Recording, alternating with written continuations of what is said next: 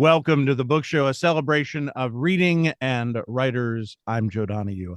Amitava Kumar's latest, My Beloved Life, is a moving novel that traces the arc of a man's life, an ordinary life made exceptional by the fact that he has loved and has been loved in turn. We meet Jadoo Kunwar, whose life skates between the mythical and the mundane, and as changes big and small sweep across India, finds meaning in the most unexpected places. He befriends poets and politicians. He becomes a historian. And he has a daughter, a television journalist with a career in the United States, whose own story recasts the past in a new light. Amitava Kumar explores how we tell stories and write history, how individuals play a counterpoint to big movements, how no single life is without consequence. He's the author of the novels Immigrant Montana and A Time Outside This Time, as well as several other books of nonfiction and fiction.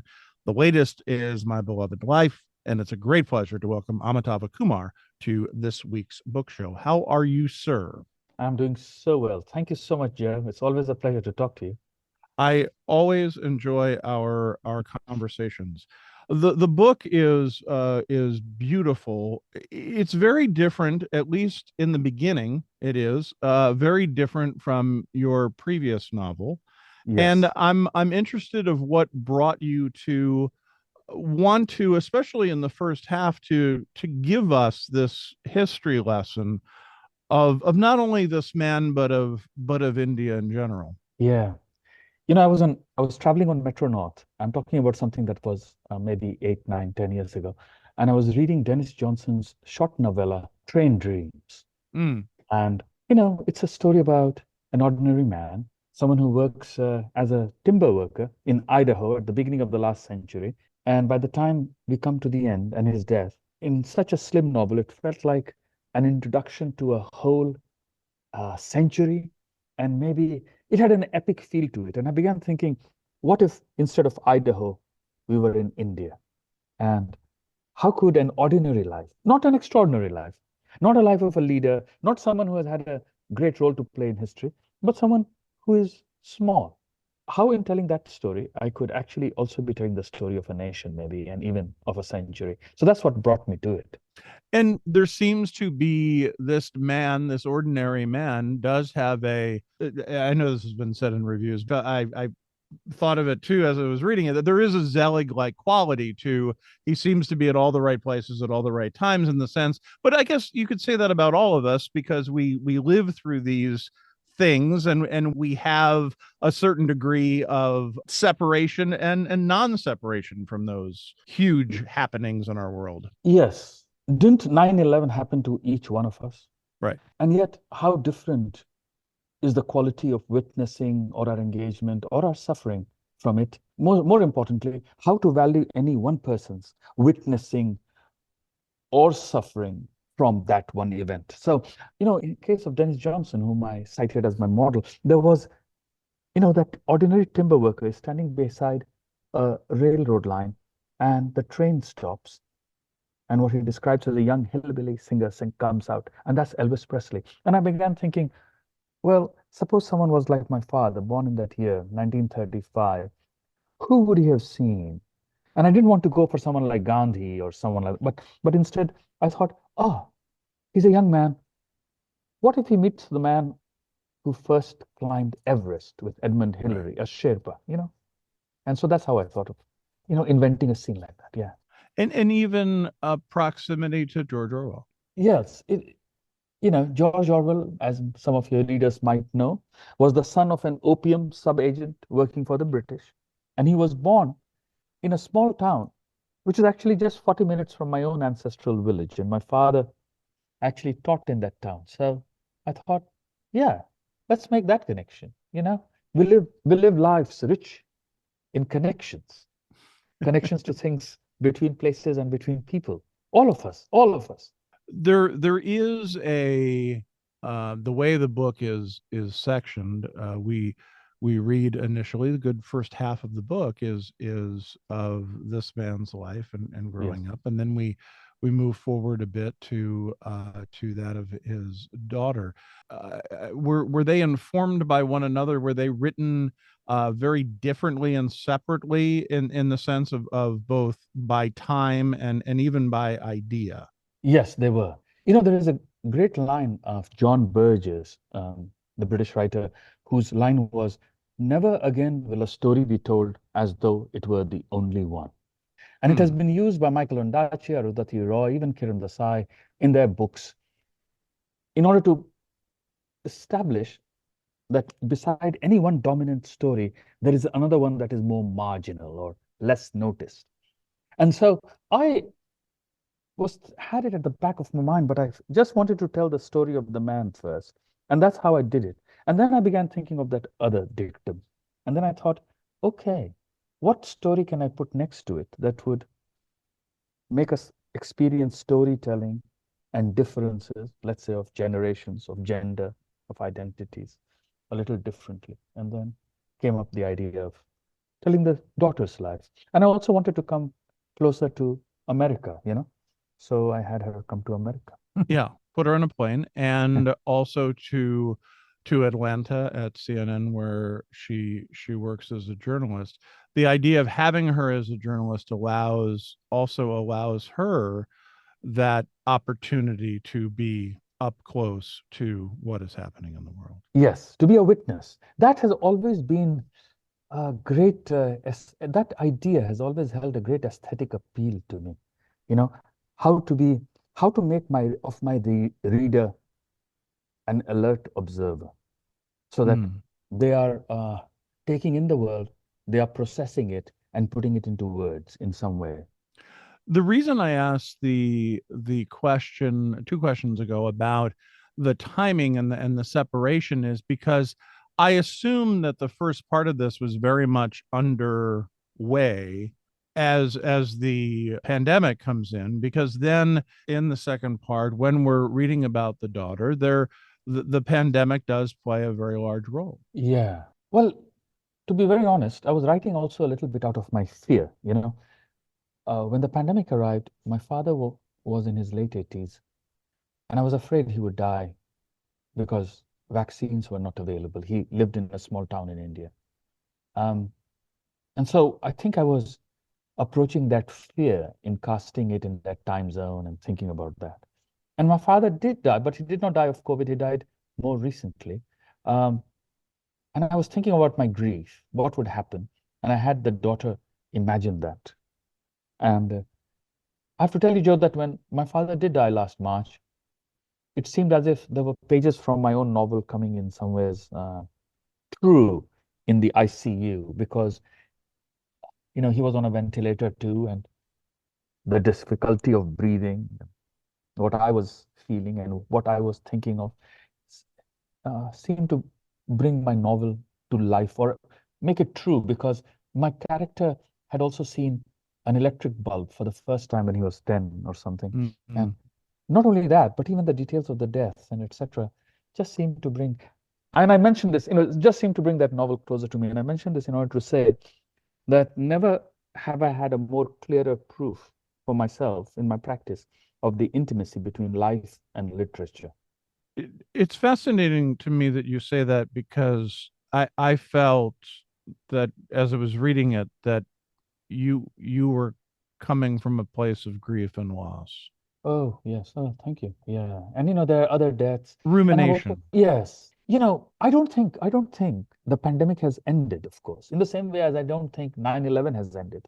Right. Um, the long shadow of the fallen towers, lies over all of us. And that way, the pandemic will continue, will continue in some ways. And novels have yet not been written to take stock of the consequences of that.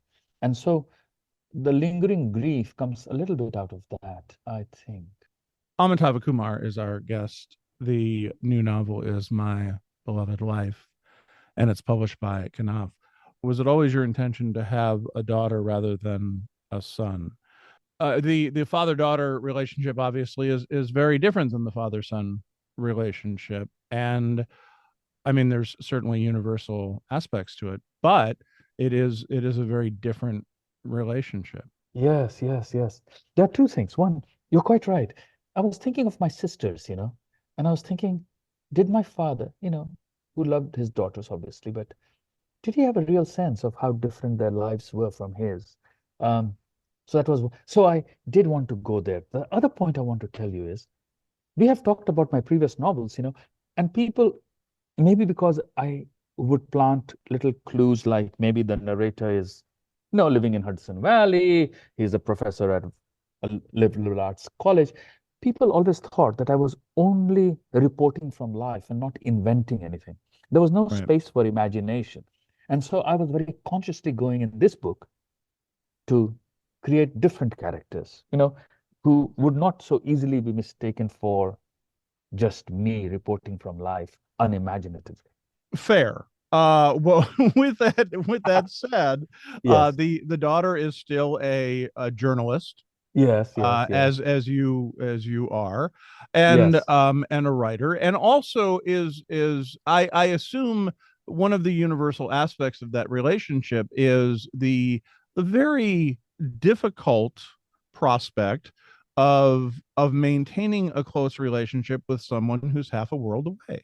yes. We are living increasingly in a global world where our families or parts of our families occupy different land masses separated by large bodies of water.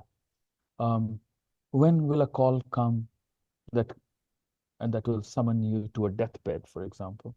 How to catch a plane, and what are your thoughts on the plane? These things have been, great preoccupations of mine for a long time, and you know, and it is, as you rightly say, it is universal. I mean, there's a poem by Sharon Olds, for example, that talks about her getting a call and the doctor saying that the father will not last the night, and she rushes to the airport and the flight is about to leave. Then someone says, there is another plane, and she rushes there. And then poem ends by her saying, and I arrived and watched his chest rise and fall through the night. I'm sure all these anxieties, these worries are, in the hearts of people who think about their Sure. loved ones in other places. You the book has such a rapid pace to it. There's a very there's a lot here, and there's a lot of stories, and I just want to ask, and I realize in asking the question it may sound like a criticism, and it's far from it, so I just want to Yeah. preface this by this, but there's a part toward the end of the novel where the daughter is having a very long conversation with another woman about her life, Yes. and it is a back and forth, Mm. and you give that meeting with a stranger Yes. a lot of room, Yes. and I'm interested in what that meant to you in the sense of how that fits in to get that conversation, and what ultimately it provides us in the overall story of these lives. Wonderful. Yeah.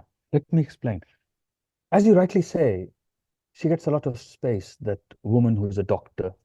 Yes. And my interest was, how can a story towards the end encapsulate much of what has gone before in terms of telling the story of the transformation of a land? And there I was faced with the question, how does fascism of a kind, how does intolerance arrive in a small town? And that's the essence for me, the emotional heart of what that woman is telling. And it happens over decades, her story. So I thought that precisely, if a lot has happened before, how to slow it down through a single person's long drawn out account, which would nevertheless encapsulate or repeat even what has happened before.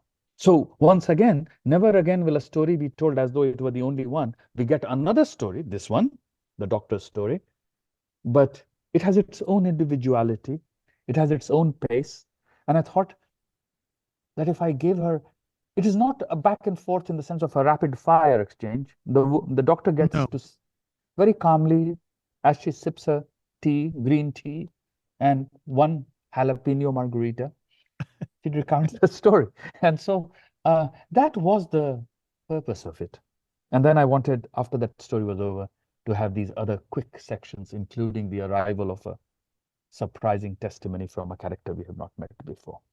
That is the ending, in which I don't want to give away, but Yeah. that is, did you know that that was coming from the very beginning? No, no, no. That happened during a leisurely walk in the ecological preserve at Vassar College.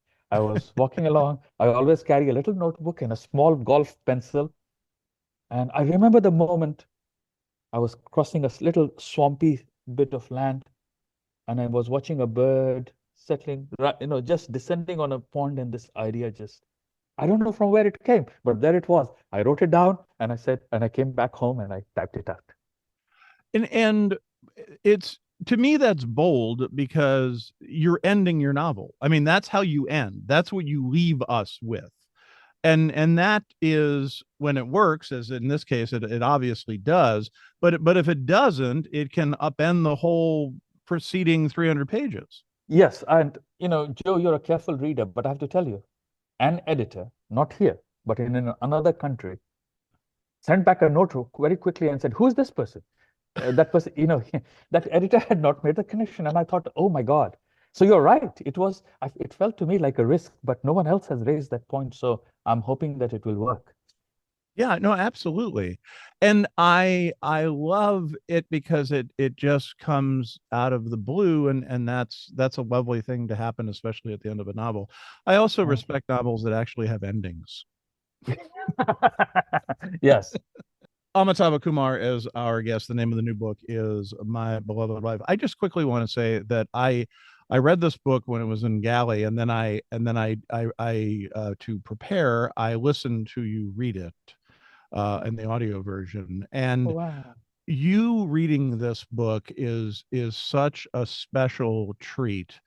And again, I will say, even you were talking earlier about that separation of wanting to separate, of people making the connection. And it is harder not to make the connection when I'm hearing you tell the story, Yes. I obviously. see it. I see it now. Yes, yes, yes. But first of all, you have the most amazing diction I have ever.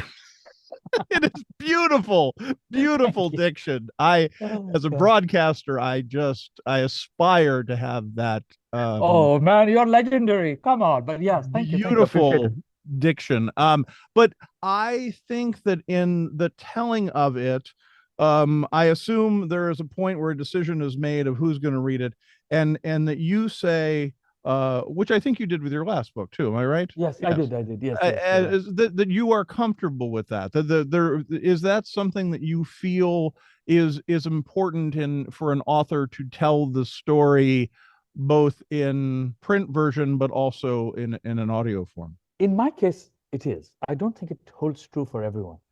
For those folks who like Audible, for example, or listening to books on tape, for example, I'll recommend the reading of the George Eliot novel, Middlemarch, Right. is read by this wonderful actress, this actress from Great Britain. She is marvelous, amazing. In my case, out of, how shall I say, good intentions, editors, producers will sometimes ask people of Indian origin to read it. But these are folks who do not have my history, do not have those roots. They have been born here often, and they get some things very wrong. And I just wanted. So for me, it's just a desire to claim my roots in some ways that makes me want to read. And at some places, it will sound like a boast, but when I'm reading those words, it seems like I'm pouring my essence into it.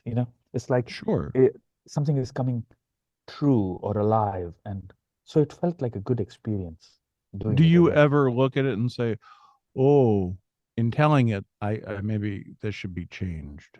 Yes. In fact, a couple of times I had the producer in the studio make a note that I don't like that sentence. I would like to change it. So, so I did. Yes. What you were saying, I thought was interesting. If I'm reading you correctly, when you were talking about reading the book, that you are comfortable with it because there are certain parts of it that you don't want someone else. It's your language. You want it to sound right. You want it to sound the way you intended it. There are parts that are phrasing, obviously, and names and so forth that Yes. you want pronounced correctly. And I'm just asking, so you have the power in reading that to make it right, to make it exactly the way that you want it to be.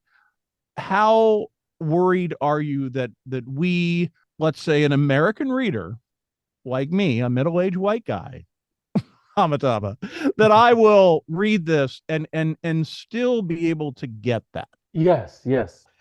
One thing that I always think about is when Chekhov was writing, I'm not saying I'm Chekhov, but I'm saying when Chekhov was writing, he did not ever think, how will this play in Peoria?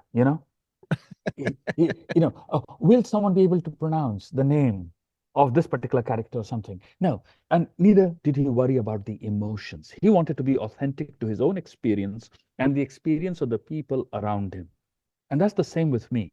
That's the same with me. I do not think that a person on 42nd Street in New York listening to me will feel especially estranged. No, they are dealing with an exotic place, maybe sometimes, or people with a different name or a different accent. But I have a fundamental belief in our common shared humanity. This little vanity thing that I have about the names, it's not even about getting it right. It's almost as if I want to say, I want to get it wrong in the most authentic way. In other words, I know Mm. that I do. My wife continues to tell me how I pronounce the word development or precedent wrong, and that's cool. But but I know that I pronounce it in the way that 1,025,000,000 people in the Indian subcontinent pronounce it. So I feel that's authentic anyway. I'm That's comfortable right. with it. That's Yes. so what all I'm saying is I try to make it. I think one of the goals of writing today is that many of us lead translated lives. We are displaced in different ways. Or you might be a middle-aged white guy, but you step into a restaurant where you're ordering bulgogi or you're ordering, chow mein, and we inhabit these other various selves. And I think there shouldn't be discomfort about it. There should only be the excitement of discovery and shared pleasures. So 2 points. One is I'm only middle aged if I live to be 112. One, but two, I I know what you I said. I do want to say that the authenticity is a great word, but I think that there also, I believe, is a trust that you have as a very accomplished writer, that we in telling the story and telling the story in the way that you do it, that we have the tools in our toolbox to understand the story, that we are going to be able to put these pieces together and to understand that. And if there is a word, if there is something that we don't immediately grasp, we either will, or it will help inform us later. Yes, it is partly trust. It is partly craft. You have to keep working at it. I accept that as a challenge, and I hope in my late middle age, now that I am there too, in the next few years, I just want to get better at it. There's trust. Yes, yes. I really think that we are all imaginative beings who inhabit this vast universe, and cultures are porous. Our influences cross borders all the time, just like the shirts and the pants that we wear also cross borders. Everything is um, transnational now, Mm. and our stories are too. And so I have complete trust, but I do think there is a way in which you can make it better, and that sort of transparency, or at least, or sometimes resistance, is something I want to work at over the next few years, and maybe I'll present you with a better book soon. It's hard to believe that it could be better, but I Oh, you're will amazing. I will ask that in the previous novel, and I will ask you if you agree with the assertion, and then we'll discuss it. Which is Yes, the previous novel seemed to me much more overt in your horror and concern about our state of the world. yes, This book includes that, but it is muted and it is much more toward the end, and it is almost sort of showing us the culmination, not culmination, but the what can happen if this continues in the way that you had described in the previous novel. wonderful. Yes, I agree entirely. I was reporting on the world of fake news in my previous novel, and I was Right. asking myself very urgently the question, what is the role of fiction in the age of the fiction called fake news? And I thought that the way to counter it was in some ways by asserting on facts. And therefore, there was a very overt, as you said, attempt to state a certain politics and a certain series of histories or incidents. In this one, I thought, let the stories of the characters and their experiences tell that story. Let me put my faith in fiction. And that's what I've done here. So I agree with you. We'll end with this, but what does Yes. faith in fiction mean to you? It means that one does not insist necessarily on being, um, baldly presenting the facts. Instead, engaging and dwelling in contradictions, in wanting, and also in being fond of everyone in the novel, finding humanity everywhere, Mm. rather than dividing the world into those who are on the right side and the wrong side. And because that's what, in other words, faith in fiction is also means fealty or fidelity to life. It's it's messiness and its And that's beauty. that's what was so special and yes, beauty of that section you were mentioning about the doctor. There is a dwelling. There's a dwelling Yes, that you have as a writer and for us as a reader to dwell on that moment. This chance meeting that proves to be yes, important. yes. Joe, like that doctor, you and I should also have a jalapeno margarita sometime soon. I look forward to that. Very All right. much so. I look Thank, forward to it. thank you The so much. name of the new novel is My Beloved Life. It is published by Knopf. Amitava, it's always a great pleasure and honor to speak to you. I can't tell you how much I enjoyed the novel. I can't tell you how much I enjoy our conversations, and I look forward to seeing and drinking with you soon. Lovely. Thank you so much. It's an honor for me too and a pleasure. Again, Amitava Kumar's new novel is My Beloved Life. It is published by Knopf. Thanks to our producer, Sarah LeDuc. Write to us at book@wamc.org. The latest on National Productions programs is available via the Airwaves newsletter at wamc.org. Also on social media at WAMC Radio. Bookmark us for next week. And thanks for listening for The Book Show. I'm Joe Donahue.